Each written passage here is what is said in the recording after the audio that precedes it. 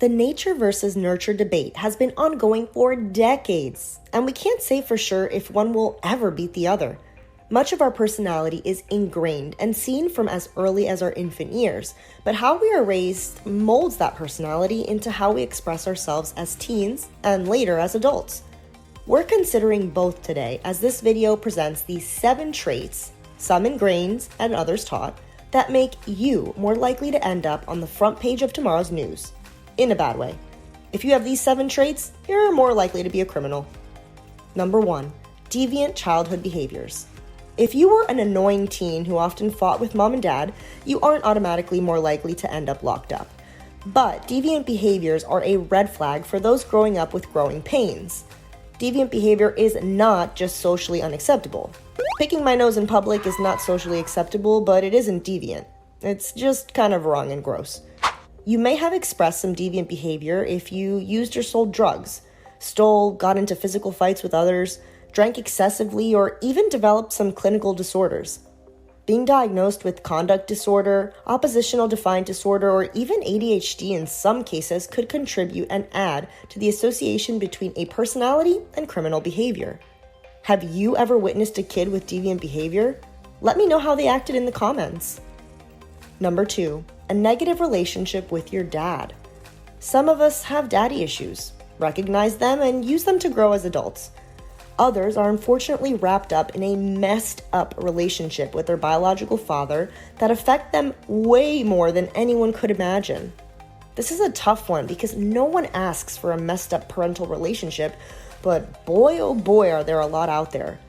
A quick shout out to the dads who do show up for their kids and help them grow. Thank you. If you were unlucky enough to experience a rough connection or lack of a connection altogether with your dad, I'm sorry. This doesn't mean you're automatically on track for a bad rap, but it could make other negative experiences more likely, and as a result, make you more likely to respond negatively to everything life throws at you. Unlike any parental issues, I hope you and I, and this channel, can maintain our positive relationship. Don't forget to like and subscribe to keep the positive vibes going. You know I appreciate you.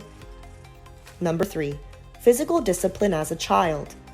30 years ago, no one would bat an eye at a parent whooping a child's butt for bad behavior. Since the 90s, though, robust research has shown that the risks associated with corporal punishment are immense. In fact, 191 countries have ratified the Convention on the Rights of the Child, which greatly limited all physical punishment for kids.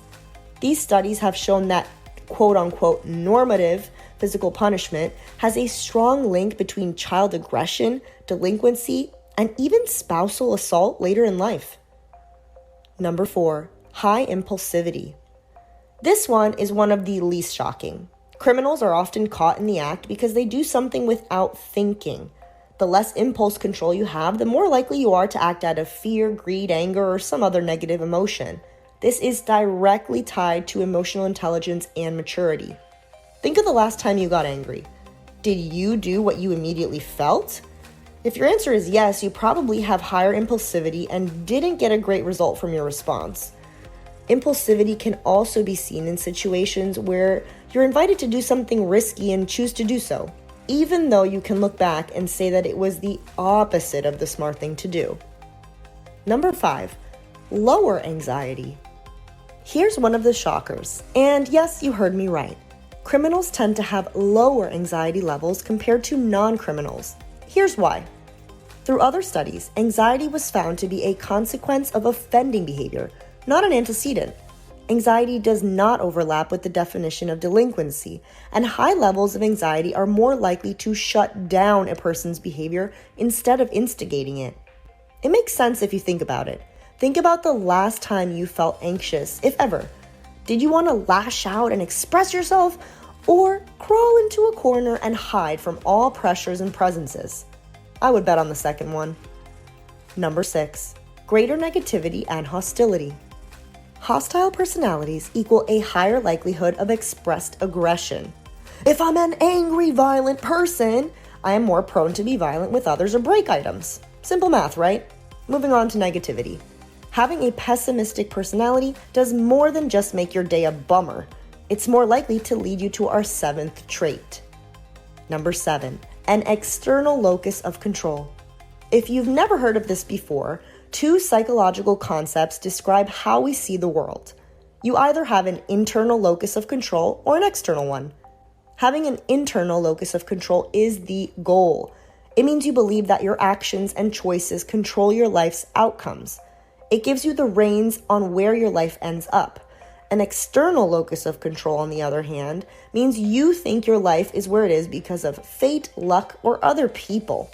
People with this belief tend to blame their circumstances on the things around them and not on their own actions.